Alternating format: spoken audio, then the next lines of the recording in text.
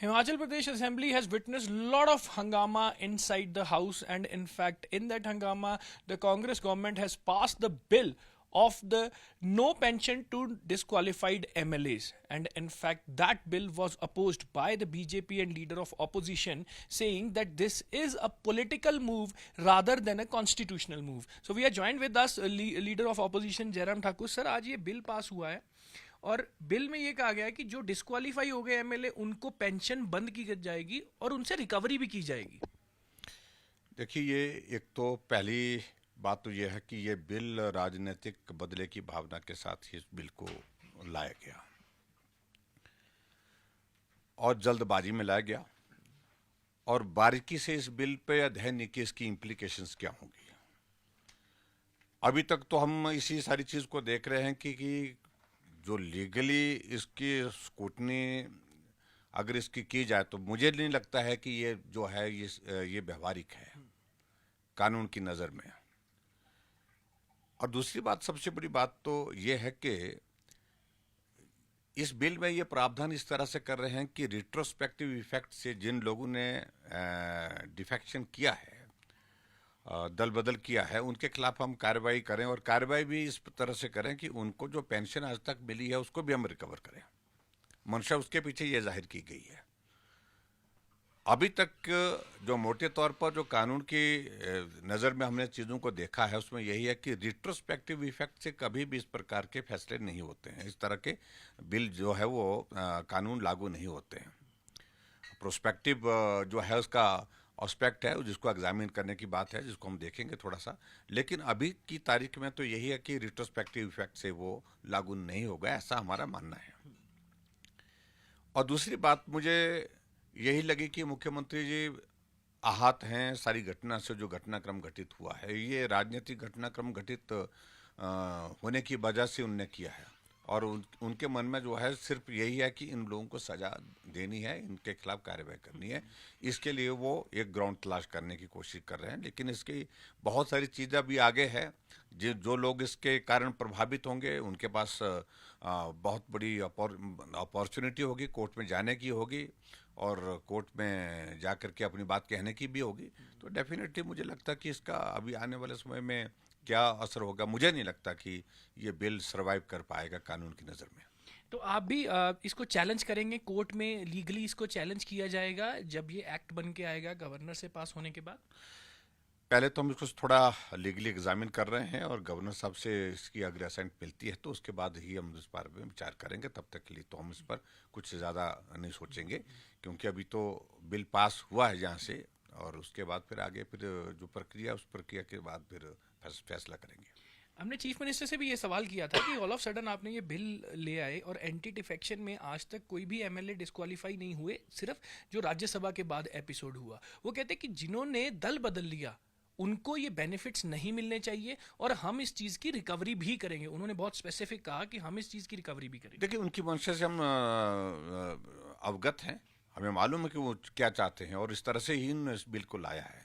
लेकिन कुल मिलाकर के आज तक किसी भी विधानसभा में या लोकसभा में, राज्यसभा में अभी तक इस प्रकार की जो है वो रिट्रोस्पेक्टिव इफेक्ट से जो कानून को लागू करने के लिए बिल ला करके ऐसे उसमें सफलता नहीं हुई है। जी, फाइनेंशियल क्राइसिस से गुजर रहा है हिमाचल प्रदेश, सैलरी नहीं दे पा रहा है, पेंशन नहीं दे पा रहा है। 5 तारीख की डेट दी गई है, कहा गया कि 5 तारीख को सैलरी आएगी और 10 तारीख को पेंशन आएगी। और मुख्यमंत्री का ये कहना है कि जो इंटरेस्ट लगता था, जो वो लोन का इंटरेस्ट पे करते थे, उसको बचाने के लिए इतनी डिले हुई है। देखिए, सीधी सी बात है, मुख्यमंत्री जी बहुत कैजुअली ले रहे हैं, बहुत हल्के में ले रहे हैं। इस वक्त हिमाचल प्रदेश की हालात ये है कि जो कर्मचारियों को 4 तारीख बीतने के बावजूद भी उनको सैलरी नहीं मिल पाई और जो पेंशनर्स हैं उनको भी पेंशन नहीं मिल पाई है। और ये हिमाचल के इतिहास में पहली बार हुआ है और उसके बावजूद भी मुख्यमंत्री ने इस बात को मान नहीं रहे हैं कि हिमाचल प्रदेश में एक आर्थिक संकट आ गया है।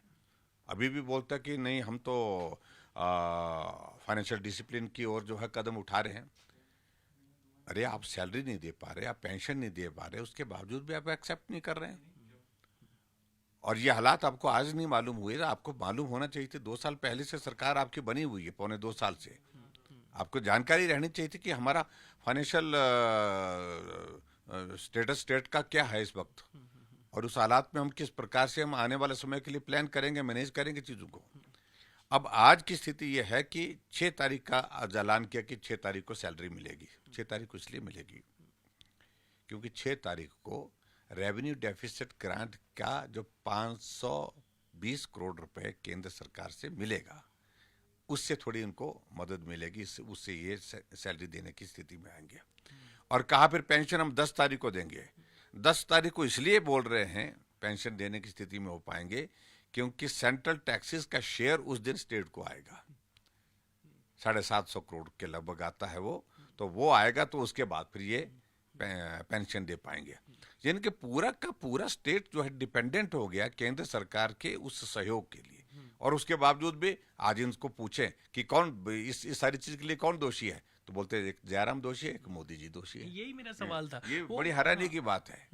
यानी कि हम कोविड जैसे बहुत बड़े संकट के दौर में गुजरे, जहां हमारा रेवेन्यू बिल्कुल जीरो पर आया 2 वर्ष, ऐसा नहीं 1-2 महीने की बात नहीं, 2 साल तक बहुत खराब रहा, लेकिन समय पर कर्मचारियों की सैलरी मिली, समय पर पेंशन मिली, और समय पर जो है डीए दिया गया, और उसके बाद में और भी जो बेनिफिट्स कर्मचारियों को वो भी दिया। डेवलपमेंट के काम चारों तरफ युद्ध स्तर पर चले होते हैं। तो ये सारी चीजों को लेकर के मुख्यमंत्री को गंभीरता से सोचना चाहिए कि भाई आखिरकार ये स्थिति बनी है, तो उस स्थिति के लिए कोई और जिम्मेवार नहीं है। इनका कैजुअलनेस और जो फाइनेंशियल पुअर मैनेजमेंट जो है, पुअर फाइनेंशियल मैनेजमेंट जो है हिमाचल प्रदेश में, इस प्रदेश को यहाँ तक पहुँचाने में जो है वजह बनी हुई है। सर, उन्होंने फ्लोर में ये भी कह दिया कि जाती जाती बीजेपी सरकार फ्री वाले स्कूल खोल गई, इतने स्कूल खोल गई, उसका बर्डन भी सरकार पे छोड़ गई और उसको भी हम ही मैनेज कर रहे हैं। इनको ये मालूम होना चाहिए जो स्कूल हमने खोले, जो 1 साल पहले खोले, 2 साल खोले, वो भी बंद कर दिए, और अब तो इनने 20-20 साल पुराने स्कूल खोले हुए। हमने जो स्कूल खोले उनकी संख्या थोड़ी थी, इन्होंने 1000 से ज्यादा संस्थान हिमाचल प्रदेश में बंद कर दिए। और बंद करने से प्रदेश आगे नहीं बढ़ता है। और ठीक है, आप सख्त कदम लीजिए, लेकिन शुरुआत अपने से करिए। आपने 6-6 सीपीएस बना के रखे हैं, जिन पर करोड़ों रुपए खर्च हो रहा है, कैबिनेट के दर्जे के साथ बना के रखे हैं वो। और उसके बाद जो उनके जो केस हाई कोर्ट में चल रहा है, उसमें लगभग 6 करोड़ रुपए वकीलों को दे दिया फीस के रूप में। आपके चेयरमैन सारा कैबिनेट रैंक के साथ है, एडवाइजर कैबिनेट रैंक के साथ है। आप किसको ये सलाह दे रहे हैं मुख्यमंत्री जी, में हमें समझ में नहीं आ रही है। तो इसलिए मुख्यमंत्री जी ने प्रदेश का सत्यानाश कर दिया। बहुत बड़ा नुकसान इस प्रदेश का हुआ इस पुअर फाइनेंशियल मैनेजमेंट की वजह से, और सिर्फ राजनीतिक सोच है, राजनीतिक मकसद के साथ काम करते हैं, और ये हिमाचल के लिए बहुत नुकसान का एक फैसला रहा। तीसरा एक बहुत बड़ा सरप्राइजिंग और शॉकिंग स्टेटमेंट दिया मिनिस्टर जगत सिंह नेगी ने सांसद कंगना रनावत के खिलाफ कि वो मेकअप उनका धुल जाता बारिश में तो उनकी पहचान ना हो पाती अगर वो बाढ़ में वहाँ आते। आप किस तरह से देखते हैं, क्योंकि वो तो अभी भी स्टैंड करते हैं अपनी स्टेटमेंट। देखिए, उनको तो आदत है गंदगी बोलना, गंदा बोलना, और तथ्य पर नहीं बोलना, झूठ बोलना, और कभी भी इस बात को नहीं देखते हैं कि किसके खिलाफ बोल रहे हैं। आप एक महिला के खिलाफ बोल रहे हैं, ऐसे शब्दों का इस्तेमाल कर रहे हैं। आज गवर्नर के खिलाफ बोले तो वो शब्द कभी सोचते नहीं हैं। इतने सीनियर हैं वो, लेकिन उसके आदत है, आदत से विवश है, और ना मुख्यमंत्री रोकता है ना कोई और रोकता है उनको। कितनी बार विधानसभा की कार्यवाही से उनके कहे हुए शब्द हटा दिए गए, कार्यवाही से हटाने पड़े, क्योंकि वो कार्यवाही में रखने लायक नहीं है। लेकिन इस बार नहीं हटाए गए। हमने एक्सपंज नहीं किया। हमने अध्यक्ष महोदय को बोला कि वो कार्यवाही से हटाए जाए जो शब्द बोले हैं, लेकिन अभी तक उस पे एक्शन कोई नहीं हुआ। मुझे लगता है कि होगा। हम स्पीकर से बात करेंगे दोबारा। हमने मंत्री जी से बात की, वो कह रहे हैं कि मैंने बिल्कुल ठीक कहा, मैंने कोई अनपार्लियामेंट्री लैंग्वेज यूज़ नहीं की है, मैंने कोई वो नहीं किया, मैंने तो बस एक थोड़ा सा चुटकी ली है उनकी ऐसी बात करके कि बाढ़ के मुद्दे पे जब डिस्कशन। देखिए, चुटकी में इसका अभिप्राय किया जाता है, मुझे लगता है कि उनको समझना चाहिए। मैं इतना ही कहना चाह रहा हूँ, जो शब्द कहे उनने नहीं कहने चाहिए।